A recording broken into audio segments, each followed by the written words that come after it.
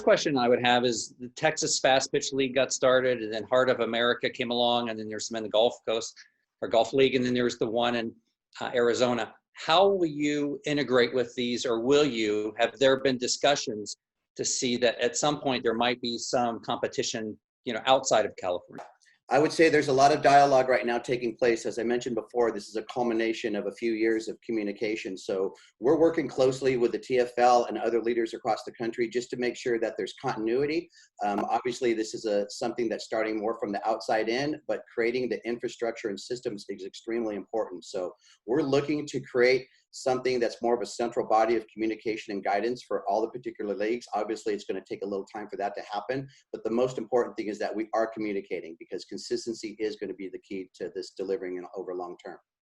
Right now, I've heard that there's going to be 4 pockets, if you will: Southern California, Northern California, Central California, maybe San Diego. Will there be more regions? Will it, as you get more teams coming into the league, will there be, the opportunity to be even more centralized or localized? Yeah, every part of the state will be able to be represented, and as we know, each team potentially plays outside of their area, right? So there's teams from Northern California that play in Southern California quite often, and there's teams from Southern California that go to Northern California. And hopefully what this will do is also open up that avenue of more teams, staying maybe in the region, right, and having an opportunity to play in those events. So, everyone in the state is going to have an opportunity to be represented. And, the creation of those regions and where those teams all come, that's part of what we'll be doing before we get this thing running in September. Is there a chance that, we heard earlier, Arizona teams might be part of it? Is there an opportunity to make this a West or a West Coast type of league, or is it right now just going to be pretty much California? Or is it scalable that you can add other states and other teams, organizations into this, the California Fast Pitch League? It's to be determined. We need to talk with Arizona. Every pocket of the country is a little bit different, and we need to do what's best for each area. So Arizona is similar to NorCal, where they play within those 9 weeks. They might play, 6, 7 of them within Southern California, but it's discussions that are taking place to make sure that we do what's best for the state of Arizona, first and foremost. I would jump in too, Brentt, as far as one of the things that's happening right now is making sure that the collaborations and the people that are getting together, that the communication is right? Initially, there's a good vision, there's a cause, everyone's moving forward, and then there's a timeline of making sure that, listen, there's going to be a devil's advocate in the room, there's going to be difference of opinion. So all of the regions, I believe, again, are coming together and figuring out the type of structure that they're going to need. And so a lot of this is going to get filled in as we move forward. So we're excited to see kind of what happens with Arizona and that working relationship with them. And Brentt, I think one key thing too is that, it kind of meshes both of your questions together, is a lot of the leagues that are out there are summer leagues right now because they were forced to do something, right, with the state we're in. And what the CFL is doing, or what our goal is to make sure that we set up a system that can be long lasting, a format that can be long lasting. It's not starting until the fall. And it's looking to be replicated where these other states, like Tony mentioned, could potentially do a lot that is similar and maybe exactly the same. So another question there, obviously summer is very crowded. Even the fall is crowded. Will there be an overlay with existing events? I'm thinking example in the summer with Colorado, Triple Crown does something and you have the Boulder IDT. Will you try to work with these existing events? What I'm hearing is there are already events that you will tie into, but you'll have your own playoff system, it sounds like in January. How will you integrate again with the events that are already out there that are pre-established? The whole concept, Brentt, and I'll just get real quick, was to, I'll just be real blunt. We didn't want to step on anybody's toes, and Travis does a very good job of using the term real estate. We didn't add any real estate. All of us play in either the Aurora event or IDT. The idea is to, at some point, speak to them at the appropriate time to see if they would be interested in becoming point events. And it won't change their event really at all. And that was the whole idea that Sean laid out, was we wanted to integrate everything without affecting those that don't have impact like this group does. And that's the key to this whole thing. We want to go to these particular events. We want to be a part of their events as we have always been. And we want them to improve their events by giving a little bit more of an edge, add a little bit more of a flair to that event by being point events, as opposed to just strictly a, Sean and Travis both made the comments. Every game is going to matter, and it's going to be a little bit of a different environment. And I think that's what the colleges are yearning for as these kids prepare for that level. But we don't want to crowd anybody out. We don't want to step on anybody's toes. We want everybody to enjoy the benefits of the sport. We're going to unite and put all the integrated things in for the athletes throughout the year, but the events should be highlighted, and that's what we're trying to do. I think real quick, Brent, for the January, that would, capture what's done in the fall. And we have a little window here in SoCal where that's like kind of before high school, and we all play in some things that are right there, but it gives us a great opportunity to utilize some time, not be in the way of anything per se, but, have the athletes again playing things that are structured similarly to what they're going to be doing going to the next level. So kind of a fun opportunity to take advantage of and provide something off of the results from the fall. So am I correct in assuming, and I'm kind of being a little tongue in cheek here, you're going to have a set of a world or women's college World Series. You'll have a women's club World Series, so to speak, for California. Will these championships be their own entity that in January, for example, have you established where it's going to be? I think we talked about the 8 teams. It's going to be the college format. Will these be at all the age divisions, 12, 14, 16, 18? Have you gotten to that point, or is it you have the luxury of time that this is still being baked? Yeah, potentially that's our goal, and obviously you're right, it's still being baked and seeing, what we're able, that's the nice thing about being able to, give us a summer to start to build and see where this goes. But the goal of that would be, yes, to be able to provide that for each age group. I'm sure it'll be exciting to even the young girls that watch the College World Series and watch the regionals, right? So that's an exciting part for the younger ages as well as for the older ages. It's kind of training, right? It's providing them an opportunity of good training before they go into the collegiate game. So, that is definitively the goal, and we'll be able to build that hopefully here within these next 2 months. You have a solid board of directors, so to speak.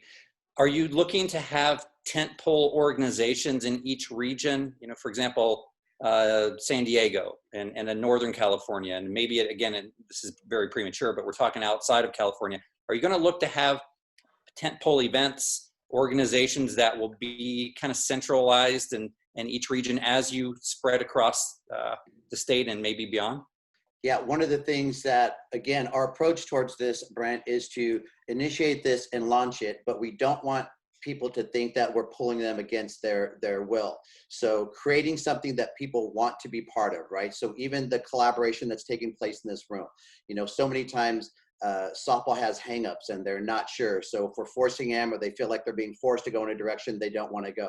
So eventually we see the whole state of California unifying, but the first thing that needs to happen is to create something that if someone's a little unsure, they're not sure where they're at, their footing, they don't have the stability that we have to change directions, that they can see what is happening, look over the fence, and at whatever time, because it's very inclusive, they can say, we want to be part of it. So yes, the overall vision is for everyone to be part of it, but we don't want anyone to think that we're pulling them into it. We want them to take a look at what we're doing, do their due diligence, really take a look at this, smell it, look into it, see what our really purpose is, and then figure if this is going to add value to their programs. We're convinced that it is, but we understand there's going to be a timeline to that as well. And I think we've been very transparent with everyone, had a lot of conversations throughout the state with different organizational leaders and been on calls, Tony, myself, Mike, throughout this process. So I know there's excitement there. There's definitely, questions and that everything that's going on in our world right now, it's definitely, an unprecedented time. So, but, I can feel the excitement and the trust that they have within, again, even for me, a younger guy within this and, kind of some Mount Rushmore guys that are on this, being able to build something like this. I think there's, genuine excitement throughout the state that is building for what's going to come. One of the things I'm most excited about is you developing the relationship with the other event coordinators out there. It might be something that, we look back 5 years from now and just say that was such a valuable time, and we're able to actually provide a quality or a value to these players that we maybe never would have before. It's amazing to think out of this whole coronavirus pandemic that can be some positives. And obviously it sounds like this is a great thing where it's going to be localized, but there's a chance to integrate, like you said, Travis, with these other regions. Going back, we know Texas Fast Pitch League came out, and then Heart of America, and then since then there's been others.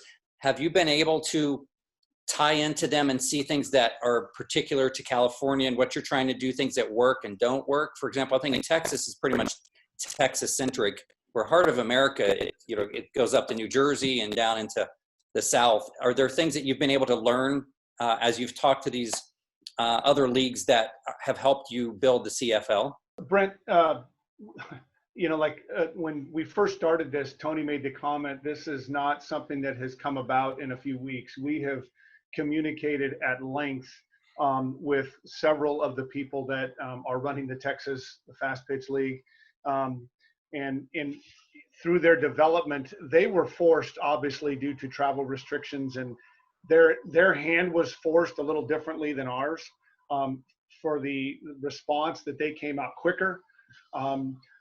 All of us have communicated with all of them. I can tell you that Sean and Tony and I have been on phone calls with the Gulf Coast group, with the Heartland group, all of them.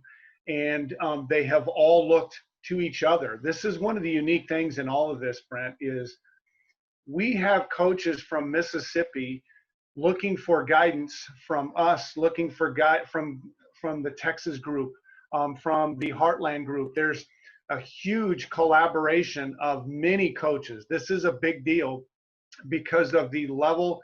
One of the things Tony first laid out was he used this term rules of engagement. Everybody has been established about what they're going to be able to talk about. And if you're going to be a butthead in the room, it's not going to work. And it has really captured. And we have communicated with all of those leagues as they have come about. All of their situations are a little bit different than ours. We felt it was important for us due to the place where we live, basically, and our role and leadership capabilities in our sport, that we dot more I's and cross more T's. I can, getting to meet Tim and speak with Tim and work with Tim in this group has been enlightening to me, because it's one of the few times Tony and I have collaborated on many things. It's interesting with he and Travis and I, we can talk about things that has never been talked about. Well, now I'm in a group of a whole bunch of people, we can do that. And it has been very enlightening. And I think that the reason this is going to be solid is because of that communication with the Texas League, with the Heartland League, all these people. So yes, we have developed and communicated with them at length as they have developed. And it's exciting to see it. And eventually, the puzzle pieces will be put together, and I'm real excited for this. This is very unique. It's going to be neat. Brentt, I'd like to expand on that as well too. Talk about the rules of engagement, and again, they're just opinions, right? But we want to share things that have worked for us. So Firecrackers have a cultural approach to our organization, and we really wanted to extend that past our organization and build relationships with other organizations, other leaders. So Mike and I, for example, again, we understand that people have differences, and historically softball is well intended and we want to work together, but at some point we start to divide. So the rules of engagement they're basic, they're respect, right? It's how we communicate. It's how we have a difference of opinion. We want everyone in the country to realize that whether it's something that we're going to associate with together or you're doing something on your own, that historically where it breaks down is because there's an ego, there's an agenda, there's an insecurity that keeps us from working together. So anytime, and we encourage any group of coaches or people that are getting together for the right reasons, that anytime you're sitting in a room across from someone that you may not like, you have a history of, there's something that's happened in tournament play, look at Mike and myself as an example of, and if you can tell us your problem is, not that we ever had problems together, but we've worked through something that a lot of people would never be able to work through. And that's an example that we want people to understand, because if we can do this, to go back to answer your question, is that yeah, we want to share and we want to be able to borrow from other regions as far as what is working. Softball historically hasn't had that type of communication. We look at it as, I use the Wild West analogy a lot, is like if we have plumbing over here and they have their kitchen and they're able to cook things better, then rather than nitpick and say, how come they have this and we don't have that, and neener, we borrow from each other. But we also don't want to force that upon people. So we're not going into the other region saying, hey, you need to do this, you need to do that, because that doesn't bring an inclusive mindset. So part of this is probably going to wait until see what kind of happens, what problems are there, and then we work with each other. We collaborate, we network, and the whole idea is to build something and leave something better for the next generation of coaches and event directors. Let's go back to the beginning of this. It's a fascinating concept. This is a whole new world now, and obviously in club softball, if not the rest of the sports. But going back to the origin of this, when I was talking to Texas Fast Pitch League, they wanted to build something directly because of the COVID-19 situation. They didn't want to be at a tournament and get kids infected and they'd have to be quarantined for 2 weeks. They couldn't come home. So very paramount to them was being able to drive back if there was any problems. And so they pretty much set up so everything was within driving distance back, right? But for the California League, is it a case of it was driven, the spark came because of the coronavirus situation, or was this just something that organically grew? And did you hear about what others, Mike is nodding yes, what others were doing, or is this something that kind of germinated in your own minds and it just happened to be kind of a new idea that other people were doing at the same time based on the circumstances? The reason I'm shaking my head, yes. Brentt, we have been talking about this and throwing things out there. Over the last couple of years, when Tony and I started working together, we have communicated now with Dave and Brian.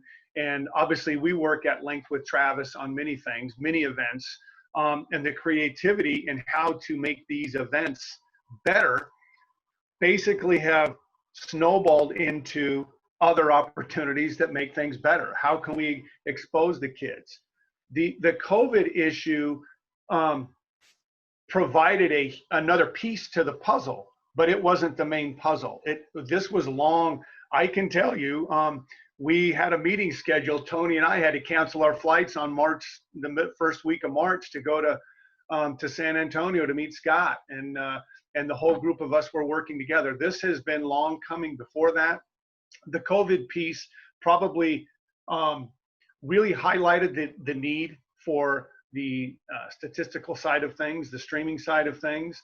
It provided another piece that's not being provided, and it highlighted things, but it was not the catalyst for why this happened. This happened because of a need for more structure year-round for our athletes and more improved opportunities for our athletes. That's why this came about.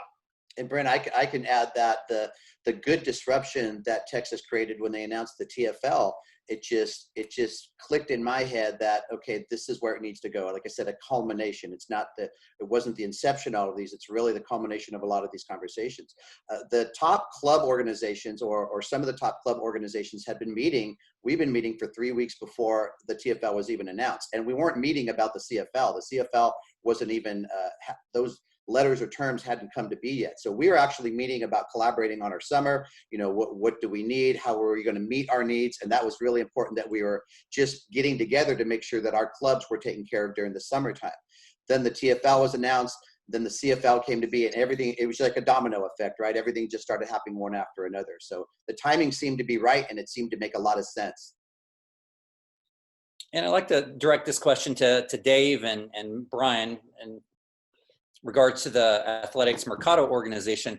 What were your thoughts when you first were approached by this or heard about it? Was this something that it resonated right away, or did you see that there was a need, or did you just think, wow, this is the next step up in the evolution of what we need to do in club? Dave, do you want to take it first? Yeah, sure. Yeah, kind of the evolution. I just think this is where we're going. Very excited when we were approached to be a part of this.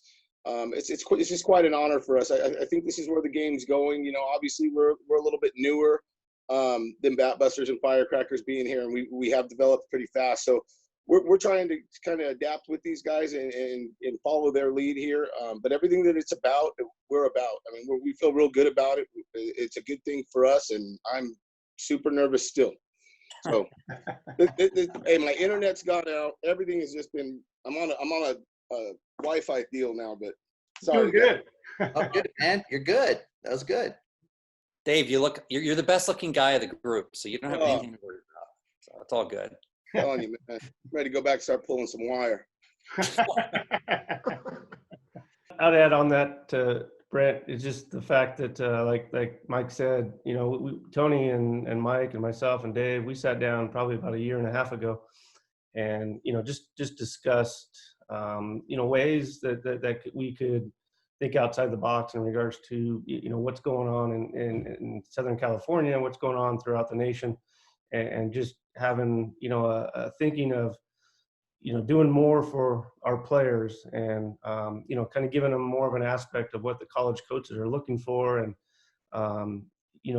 presenting better options for events. And, one of the main things was, the showcase games throughout the fall, putting something that's going to matter a little bit more than just a showcase game. A lot of it was, kind of like Sean said, trying to get them a little bit more ready for that next level. Every game kind of counts, every pitch counts, those type of things, and then tying in the recognition to the players and throughout the state, and not just from an Athletics Mercado player or a Batbuster player or a Firecracker player, but some of these other organizations that have really good kids throughout the nation and throughout California. I think that's a really big point right there, Brian. The fact there's 3 big takeaways for me. Number one is that any CFL supported event, when CFL teams play each other, those games are going to have more meaning, right? So those games are going to go into the point structure. The statistics will be relevant at that point. And so just the fact that games have more meaning. The other thing is the fact that, if there's someone in Athletics Mercado's middle of their lineups that's hitting 17 home runs in 6 weeks, then there could also be a kid down in Chula Vista or in some rural aspect or part of the state that is also hitting 16 home runs, but she also is going to be identified. College coaches can see her. So again, we want to allow the lesser known entities and organizations to understand that they don't necessarily always have to lose their kids to bigger organizations. You're not in the right spot. The obscurity part of it, we want to cover that and give everyone an opportunity to be seen. And the third one for me is what I call the sports book view. And that is where Sean has really come in, and the perspective that he's brought. That fact is, how do we want the event to look? So when you're watching March Madness, you're watching NCAA bracket play, you're looking at TV seedings and how it works all the way down to the final game, to have something that replicates that we're proud of. So, I love the fact that if a guy like Sean can sit and watch something in professional sports that he's proud of, and then we look at our model and he feels like it's something that compares, that makes me feel good too. So that whole structure of the postseason bracketing, and then it prepares our kids a little bit more. A lot of us have a lot of kids that go through regional, super regional, and College World Series play. It's a different type of preparation. So we also wanted to include that into the format so that we can take the level of preparation another step further for our players. How will this impact each of you? And this is open to anybody here on this call. It sounds like it's going to be a lot of work. And, Mike, you're the commissioner, deputy commissioner, and Dave, you're the regional director, and Sean, it sounds like you're the numbers guy and the terms of the points and such. Is this going to be a lot added to your workload? How are you guys going to manage this? I can tell you from my standpoint, and Brentt, this, I do this 24/7, 7 days a week. This is what I do. It was funny, Dave made the comment, I go pull more wire. I used to dig pools. So, I mean, this is far better than doing anything like that. But it's the uniqueness, Brentt, like anything. I just don't feel like I work. I know that sounds stupid. I do this all day. I go on the field all day. I just do what I do. I like what I do. I'm very fortunate. Yes, it's that intrigue of providing something unique. And like Tony said, when we walk away from this, I want to make sure that there's something very well established in place for whoever or however our sport progresses beyond that. And this will be that. This will do it. So if I have a little piece in that and can help provide some leadership in that role, then I'm all in. I think it's worth it. Yeah, it'll take up a little bit more time, but you know, this unique group of people, one of the things that we did was we put a lot of people together. And I've learned from running the businesses that delegation is a very important factor here, and having good people and good people involved. One of Tony's main goals is to always provide, I mean, on this call in 5 years, Brentt, I hope that all of our former players are on this call, and Tony and I are down at Huntington Beach sitting on the pier. I mean, that's our goal for this, is to get our players back in this. As you know, I have a passion for the older, the women that are playing, the pros. I want to see our kids have more opportunities. And if we can do something now, if we can rush hard on this for good 5, 8, 10 years, I think it'd be well worth it. So I think it's worth the time. And I would add, Brentt, that the fact that we have the experience and knowledge of Travis helping us out, and then from the corporate background that Tim has, you know, this isn't just a bunch of coaches wanting to start something and then we're not prepared to do it. So that's why this took a little longer to release. You know, we wanted to make sure that we really cooked this the right way. So I'm really proud to be part of something that has the infrastructure that we have right now. Tim's background on the inside of it, again, that's something I want to reassure people. This isn't something that's just a concept of in our head and we don't know how to deliver it. Travis's background and experience, what Tim brings to the table, it makes me really proud that we've got the foot soldiers out in front with the body of work to kind of create a new direction. But we have something that I feel is going to look good if somebody's looking in from the outside saying, hey, what are you guys doing business-wise? How did you build this, right? And what goes on the inside of it? So really, really proud of what's taken place so far. We're not disgruntled coaches. The term that was thrown at us. We're not disgruntled people at all. Actually, I'm irritated by some of the things, but we deal with. But I'm a pretty happy person, basically. So we're not disgruntled. This is a good thing for our sport. I think for me, Brentt, it's the excitement of the opportunity, you know, so it's like Mike had kind of stated, I don't even really look at it as work because it's excitement for the opportunity, but also knowing that, you know, we have the right people in place. So going to what Tony said and Mike said about having all these people, Tim, Travis, Dave, Brian, and others. I mean, it's just knowing that we all have something to offer. And I think, you know, where we've done a really good job is being able to put the right people in the right positions in regards to what their strength may be, to be able to provide, you know, the best possibility of a league to all of our athletes, the events, and the organization. So with that, again, it's not work, it's excitement of opportunity. I have an interesting question. You all have won championships. You are at the top of the pyramid in terms of being successful coaches, organizations, programs. What has been the response as you've taken this out to maybe the mid-tier organizations and new organizations, the small organization? Do they have fears that they're going to get just overwhelmed or overrun by the power organizations that you are? And I know we've talked about this is a format that maybe a girl in Merced can be noticed, or teams, but how has this, have you had pushback from maybe some of the coaches that you've approached where they have concerns? Because anytime there's something new, people are going to be wary of it. How has the approach been in terms of dealing with some of the programs outside of the ones here on this call? I would start by saying, again, inclusive, right? That's something for us to prove.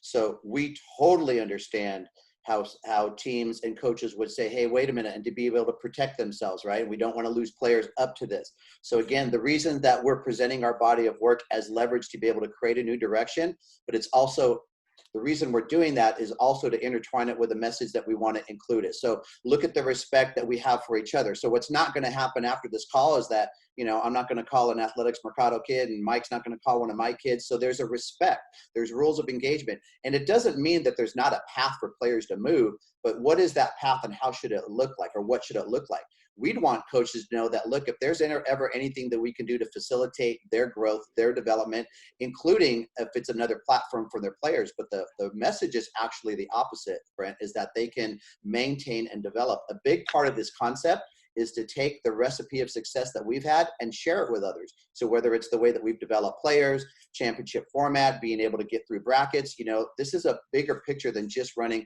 events with stats and standings and things like that. It's really, our job is, the burden of proof is on us to show other organizations that we want to help them be stronger. And that's something that we intend to prove over time. And Brentt, let me jump in because, you know, Tony and Mike and Brian or Sean, they're all obviously customers of mine. And my number one commitment and focus is Triple Crown. But within that, you know, what I can speak to is my number one thing is I have to take care of the teams in California. That's the idea I put on my own shoulders, right? And do I do it right all the time? Maybe not, but that is a reality of mine. And where I'm going with it is, you know, a lot of these teams that say are at the mid-level that I talk to, you know, regularly, well, they know Tony or Mike as who they are on the field, right? And I'm not going to speak to that. They can come up with their own conclusions on what they are on the field. But what I do want to say is off the field, within these talks, I can 100% put my name behind these guys' hearts. And their hearts are not at all to, in some way, help only their organizations. Every single talk that we've had has been quite the opposite, actually, maybe on how to draw light in a better fashion to the kids that aren't on one of their teams that does get overlooked, and for no ill intentions, just to make sure that the game is moving in the right direction, not staying stagnant or going backwards. I'd like to jump in there too. From a purely financial model, you know, it's really fascinating because the system right now is really kind of skewed more towards the big clubs. And here are the big clubs that are now setting up an organization that's skewed for equality. So it's really saying by joining the CFL, you really don't need to be part of one of these big clubs. You can, but you don't have to. So from a business standpoint, it's giving back to the players, which I think is really kind of a nice message in all of this, that you don't have to be a firecracker or bat buster or one of those people in order to compete at the highest levels. So from that standpoint, it's really kind of an amazing sentiment. What's been the biggest challenge getting this off the ground? I would say for me, I think it's just knowing that we wanted it to be right, so that when we presented it, that we had the ability to answer as many questions, you know, knowing that there's going to be obstacles and there's still going to be progression within how we ultimately have this thing operational come the fall. But at the same time, just, you know, as you know, crossing the T's and dotting the I's, just as many questions as we could have. We've had hours and hours of calls and conversations and scrap things and spoke about different ways and things of that nature. So I think it's just about making sure that we did all the due diligence needed to provide, you know, our sport with something of true value. Yeah, I think time is the number one thing that we were working with. You know, everyone here is here to take care of their own organizations. We've had to get creative during this quarantine time, you know, monitoring things. So it's not like we all had a bunch of extra time to do this. And now this is anywhere from a 6 to 10 hour a day project with all the communications meetings that have been taking place. So again, I give everyone on the call credit for the time that they've invested. The other thing, Brentt, is we didn't have a timeline of needing to do this for the summer. You know, we have time before this thing can launch. So we're looking at the fall. So we had time also to kind of really do the things that we needed to do to make sure that it was being cooked the right way. So, but again, time was the challenge because there's full plates for everybody here. But again, I commend everyone for giving it the time that it needed to get it to this point. You mentioned you do have the luxury of time. At this point, do you have other organizations who are locked in? And I don't know if you have at liberty to say who they are, but do you have teams? Do you have like a number of, you mentioned, I think, Sean, you may have mentioned there's 2 9-week leagues or, you know, this, what do you call them? Sessions, leagues. Do you have a lot of teams already filled in, or is this just brand new and we're announcing and launching it and we expect in the next couple of weeks, you know, the deluge to come in? Brentt, I would tell you that the term locked in is probably not a term that we would use. We would use the term we've communicated with, I would say 70% of the players in the state. I look at these lists that Tim had provided. I realize there's teams, and Travis knows the number of teams in the state. But we have probably communicated with a large portion of them and have done what we're doing right now. Explain what we're doing, how we're doing it. We're going to roll it out. And like Tony said, we're going to let them decide. We're not, we don't want to lock anybody in. We want to invite people in, I guess would be the term we'd use.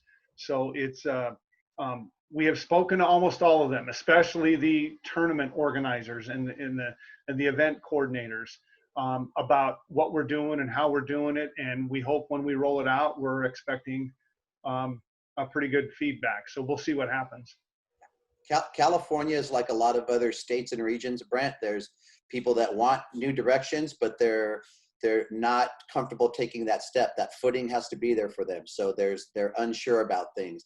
You know, they don't want to, you know, lose their positions or kind of lose their status and as far as where they're at in the industry right now. So it's kind of like crossing the bridge first. Again, that's why this type of collaboration, not only do we want to build a bridge and cross it first, we want to allow other people to cross it with us. So, you know, there's going to be a little timeline for that. The conversations have been taking place. We get a lot of, yeah, we really like what you're doing, but we understand that a lot of people are going to need to see that the footing's there for them to be able to take that step in confidence. And we feel confident about that. All right. Appreciate it. Thanks, guys. Thanks, Brent. Appreciate you. Thanks, Brent. Thanks, Brent. Thanks for being part of Guys. it.